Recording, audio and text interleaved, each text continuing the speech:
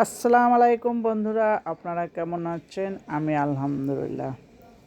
শীতে হাঁস খেলাম, তাই আপনাদের সাথেও শেয়ার করলাম।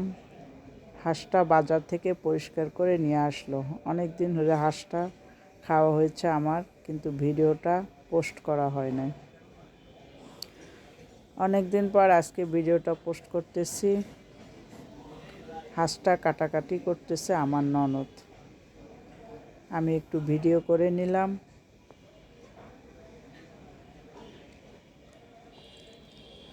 হাঁসে তো অবশ্য বেশি মাংস থাকে না, হাড্ডি গুড্ডি বেশি থাকে।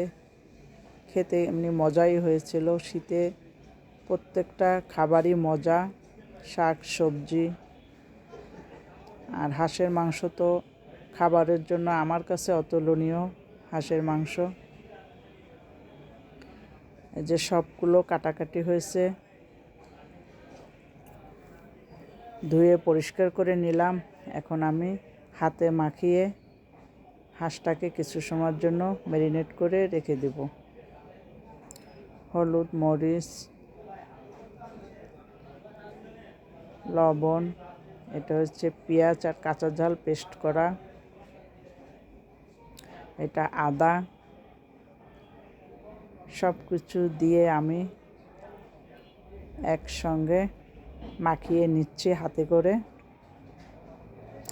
এবার মাংসগুলো একে একে সবগুলো দিয়ে দিচ্ছি।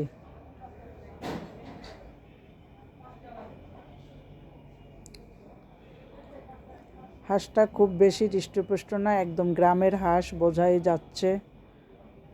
ভালোই লাগছে খেতে।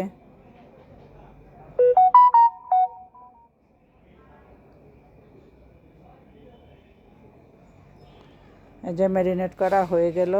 এখন আমি রেখে দিব এখানে 1 ঘন্টার মতো থাকুক। বাকি রান্নাগুলো আমি সেরে নিব। 1 ঘন্টা পর আমি চুলার উপর দিয়ে দিলাম।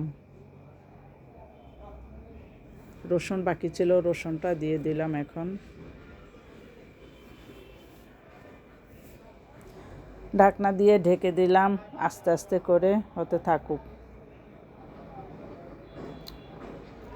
রাজাহাঁস বলেন, চীনা হাঁস বলেন, যে কোনো হাঁসের মাংসই শীতে খেতে খুবই মজা। আমরা ভাত দিয়ে খেয়েছি।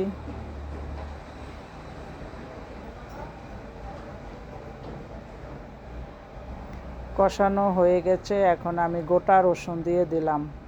ভালো করে সিদ্ধ হয় নাই, আরও সিদ্ধ হোক।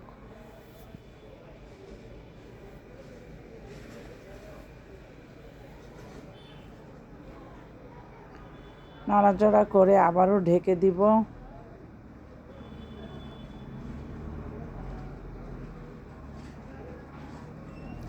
সাথে কিছু আলু দিয়ে দিলাম অফ ক্যামেরায়। মাংসের ভিতরে একটু আলু দিলে ভালো লাগে, তার জন্য একটু আলু দিলাম। এবার পানি দিয়ে দিচ্ছি একবারে, মাংসটা যাতে ঝোলটা হয়ে যায়। এবার হয়ে গেলে উঠিয়ে নেব। হাফ সিদ্ধ হয়ে গেছে, মাংসটা রান্না শেষ হয়ে গেছে। এখন আমি পাতাকপি ভাজি করব, যার জন্য পেঁয়াজ, কাঁচা ঝাল দিয়ে দিলাম। তেল দিয়ে আমি এটাকে ভালোভাবে ভেজে নিচ্ছি। ভাজা হয়ে গেছে। এখন আমি হলুদ, লবণ দিয়ে একটু ভালোভাবে মিলিয়ে নিলাম। এরপরে আমি পাতাকপিগুলো দিয়ে দিচ্ছি। পাতাকপিগুলো দিয়ে ভালোভাবে নাড়িয়ে দিচ্ছি। বন্ধুরা, যারা আমার ভিডিও দেখবেন, লাইক দিয়ে সম্পূর্ণ ভিডিও দেখবেন।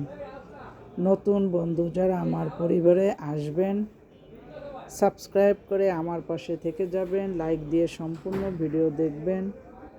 নতুন পুরাতন সবার জন্য ভালোবাসা অবিরাম।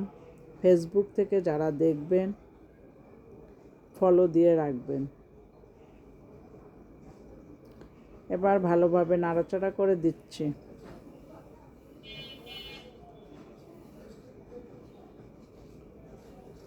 সিদ্ধ হয়ে একটু হয়ে গেছে, কিছুটা টেনে গেছে। পাতাকপিতে অনেক পানি বের হয়। আবার নাড়াচাড়া করে দিচ্ছি।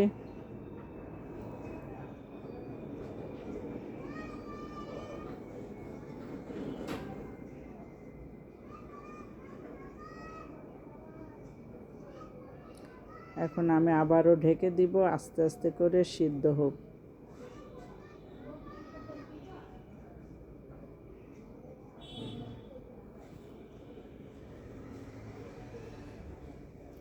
হালকা হলুদ দিলাম যাতে কালারটা দেখতে সুন্দর লাগে।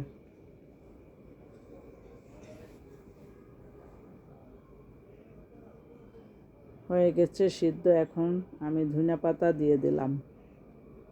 হলুদের উপর সবুজ সুন্দরই লাগে দেখতে। পাতাকপিটা খেতেও মজা হয়েছিল। এখন নতুন নতুন সব সবজি ভালো লাগবে খেতে।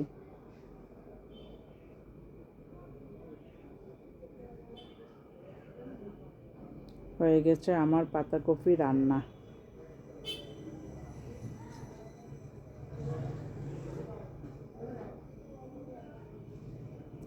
কোনো পানি নেই। এবার লাউ বসালাম। এই শীতে আমরা শীত বা গরমেও আমরা অনেক লাউ খেয়েছি, তবে শীতে বেশি খাওয়া হচ্ছে। সুন্দর সুন্দর লাউ, নিচে নামলে লাউ পাওয়া যায় সুন্দর সুন্দর। আমার হাজব্যান্ড গেলেও আনে, আমি গেলেও আনি। লাউটা একদম কচি। লাউটাও বসিয়ে দিলাম দুপুরের খাবারের জন্য। সমস্ত মশলা দিয়ে কষিয়ে নিলাম। একটু নাড়াচাড়া করে দিচ্ছি। চিংড়ি মাছ দিয়ে লাউ রান্না করলাম। সব কিছু তো দেখানো যায় না, তাহলে ভিডিও অনেক বড় হয়ে যায়, যার জন্য লাউ রান্নাটা সংক্ষেপ করলাম। লাউয়ের কালারটা কত সুন্দর, একদম সবুজ অংশ অল্প করে ছোলা পালাইছি আমি।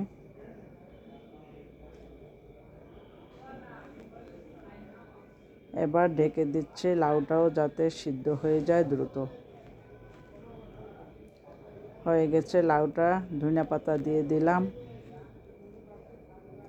লাউ রান্না শেষ। এবার আমি পরিবেশন করলাম হাঁসের মাংস, লাউ, পাতাকপি ভাজি।